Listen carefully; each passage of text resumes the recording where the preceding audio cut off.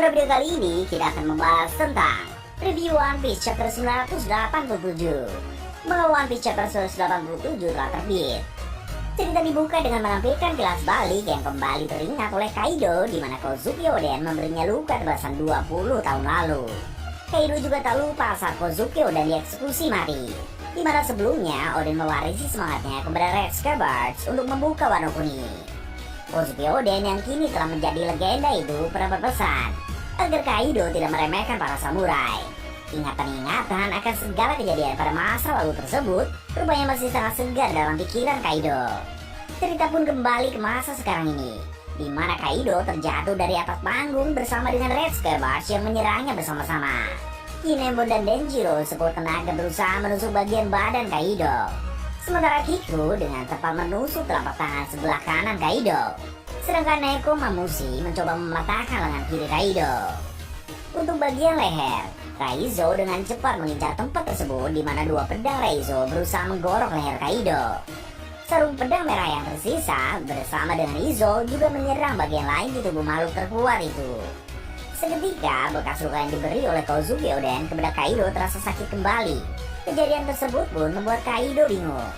Para sarung pedang merah yang menyerang Kaido mengeluarkan tenaga besar yang mereka miliki, sehingga Kaido berhasil dilukai dan menjerit kesakitan. Kaido sempat bertanya-tanya dalam hati, apakah sarung pedang merah memiliki Rio seperti Oden karena berhasil melukainya.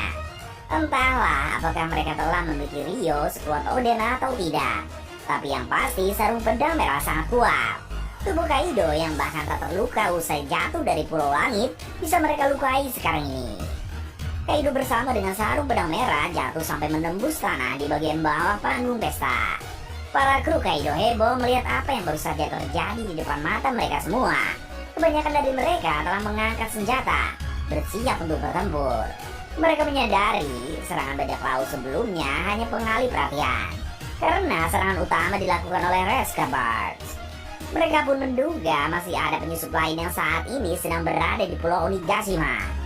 Dugaan tersebut benar, karena tak lama setelah itu seluruh samurai pasukan pemberontak membuka kostum penyamaran mereka dan bersiap untuk bertarung. Kakek Iyo terlihat bersemangat walau tubuh tua yang dia miliki tidak lagi sehebat dulu. Melihat Kaido diserang, Big Mom dengan santai bertanya apakah Kaido telah tewas usai terkena serangan tersebut. Sejak Arch Hokage Island, di mana Big Mom mengkhianati Germa 66, terlihat jelas bahwa ia bukan sekutu yang setia. Big Mom adalah tipe orang yang sulit untuk dipercaya oleh siapapun juga, termasuk oleh rekan aliansinya sendiri. Tak jauh dari sana, Yamato dan Luffy masih berlari sambil mengobrol soal para pengikut Kozuki Oden yang baru saja beraksi. Yamato berniat untuk menyerang Kaido, selagi Kaido melemah usai terkena serangan telak dari sarung pedang merah. Namun, tiba-tiba saja Ulti muncul menyerang Yamato. Ulti masih tidak habis pikir bagaimana mungkin Yamato bisa menyerang Ulti, padahal Ulti anak buah dari Kaido. Menghadapi kebingungan Ulti, Yamato berkata bahwa memang sudah begitu seharusnya, karena hari di mana Yamato akan menjadi Kozuki Oden akhirnya telah tiba. Ulti tidak paham akan maksud dari perkataan Kaido, karena Ulti tak tahu soal obsesi Yamato yang ingin menjadi Kozuki Oden baru. Ulti pun dengan gampang menganggap Yamato adalah orang bodoh. Para kru Kaido di sekitar mereka berkata kepada Yamato bahwa bajak laut Beast sedang berada dalam bahaya besar karena banyak musuh yang muncul. Yamato pun segera menjawab untuk memberitahu keberpihakannya saat ini, bahwa ia bukan lagi sekutu bajak laut Beast, dan ia tak peduli walau Kaido mati sekalipun. Yamato telah berada di pihak Luffy untuk bertempur habis-habisan melawan Kaido dan para pengikutnya di Pulau Onigashima. Yamato kemudian bentrok dengan Ulti. Keduanya bertarung tak jauh dari Luffy. Sementara dua perempuan itu saling serang, Luffy malah bertemu dengan Big Mom. Big Mom berteriak penuh amarah kepada Luffy, menandakan api kebencian Big Mom terhadap Luffy masih besar. Melihat keadaan telah kacau, Nami dan Carrot dengan mudah membebaskan diri dari homies ciptaan Big Mom menggunakan kekuatan mereka. Menurut Mimin, sejak awal Nami dan Carrot sengaja membuat diri mereka tertangkap dan pura-pura kesulitan hanya agar Shinobu bisa lolos untuk berusaha menolong Momonosuke. Dalam chapter ini juga terlihat Red Scabbers sibuk menghadapi Kaido, maka orang paling memungkinkan untuk menyelamatkan Momo adalah Shinobu. Kembali membahas soal Big Mom dan Luffy. Di sana, Big Mom mengungkapkan keinginannya untuk menghabisi Luffy, sampai ia harus jauh-jauh datang ke Wano Kuni. Big Mom kemudian gantian bertanya terkait tujuan Luffy datang ke Wano Kuni, apakah untuk mengalahkan Kaido. Dengan lantang Luffy memberi jawaban yang tegas bahwa tujuannya tak hanya untuk mengalahkan Kaido, tapi juga untuk menghajar Orochi dan Big Mom. Karena Luffy datang untuk perang besar-besaran. Perang di Pulau Onigashima ini memang bakal menjadi perang besar-besaran yang berpotensi menjadi lebih dahsyat dibanding perang puncak Marineford. Dari perkataan Luffy, sepertinya dia pun akan turun tangan dalam mengalahkan Big Mom sebelum melawan Kaido nanti. Pada saat Big Mom mendengar bahwa Luffy bermaksud mengajarnya dan berperang besar-besaran, spontan saja ia tertawa. Big Mom melihat jumlah sekutu Luffy hanya ratusan orang, sangat jauh dibanding jumlah pasukan Kaido. Queen juga tertawa karena dia tahu musuh yang bakal melawan mereka hanya sedikit. Begitu kalah telak dengan jumlah pasukan mereka. Namun, tawa Queen langsung berubah menjadi keterkejutan saat dia mengetahui muncul ribuan penyusup dari pintu belakang. Para samurai yang harusnya menjadi tahanan di ibu kota bunga semuanya telah berada di Pulau Onigashima. Begitu juga dengan para tahanan di Udon. Mereka telah berada di Pulau Onigashima untuk berperang. Jelas saja Queen kaget karena dia tak tahu mereka semua telah bebas dan menyusup ke kediaman Kaido. Law juga telah muncul dan terlihat menggunakan teknik miliknya untuk menyerang musuh. Di bagian pintu depan, datang dua orang yang sangat mengejutkan, yaitu Perospero dan Marco. Mereka berdua terlihat memasuki kastil Kaido bersama-sama, seolah-olah keduanya adalah teman. Dari sini muncul dugaan kuat bahwa Marco dan Perospero memutuskan untuk bersekutu demi tujuan masing-masing. Sejak awal, Perospero memang tidak setuju dengan ikatan aliansi bajak laut Big Mom dengan bajak laut Kaido.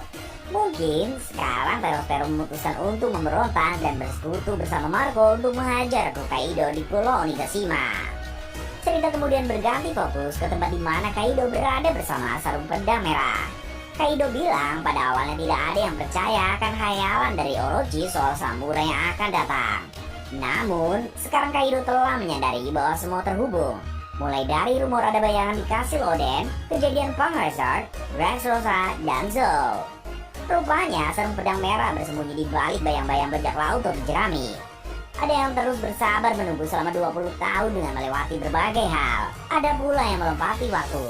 Mereka terus bergerak mengumpulkan pasukan dengan tujuan membuat Kaido tumbang. Meski begitu, Kaido berkata bahwa bajak laut suka berkhianat. Jadi sarung pedang merah yang beraliansi dengan Luffy saat ini akan dikhianati begitu mereka kalah. Namun, Kinemo dengan percaya diri membantah perkataan Kaido karena dia tahu Luffy bukan orang seperti itu. Walau Rex Cabars mati sekalipun, Luffy tetap akan bertarung dan membawa Fajar ke Wano Kuni. Kinemo percaya Luffy adalah orang yang akan berdiri di puncak lautan suatu saat nanti. Dulu, Kozuki Oden sempat menyinggung bahwa Wano Kuni, bahkan seluruh dunia sedang menantikan seseorang. Tentu saja kita bisa sepakati bersama bahwa orang itu adalah Luffy. Tak jauh dari sana, terdengar teriakan Queen yang menyuruh para pasukan mengangkat senjata karena pesta dibatalkan dan diganti pertempuran. Para samurai tak gentar walau musuh telah siap bertempur, karena mereka dengan sepenuh hati akan berjuang untuk merebut kembali Wano Kuni. Tidak hanya para samurai yang bersemangat, tapi Kaido juga karena dia bilang akan menerima tantangan dari Luffy. Kaido tak takut. Dia segera berubah menjadi naga dan terbang menuju ke atas tengkorak raksasa, di mana sarung pedang merah pun mengikutinya dengan berpegangan di badan Kaido. Luffy masih di bawah, tapi dia bilang akan pergi menyusul Kinemon dan kawan-kawan nanti. Kaido dalam wujud naga dengan percaya diri berkata akan memperlihatkan kepada mereka semua kehebatan dari kekuatan tempur terkuat di dunia. Atau dengan kata lain, Kaido hendak membuktikan kualitasnya sebagai makhluk terkuat. Kaido pun bilang bahwa untuk saling membunuh ada baiknya di tempat yang luas, seperti 20 tahun lalu. Namun berbeda dengan hari itu. Sekarang ini Kozuki Oden sudah tidak ada lagi. Nekomamushi pun menanggapi perkataan Kaido dengan berkata bahwa ada juga hal lain yang berbeda dari 20 tahun lalu. Pertama, sekarang mereka telah menyadari bahwa Kaido dalam wujud naga tidak bisa bertarung di tempat sempit. Kedua, sekarang ini ada banyak petarung dari suku Ming dan bulan purnama terlihat dengan sangat jelas.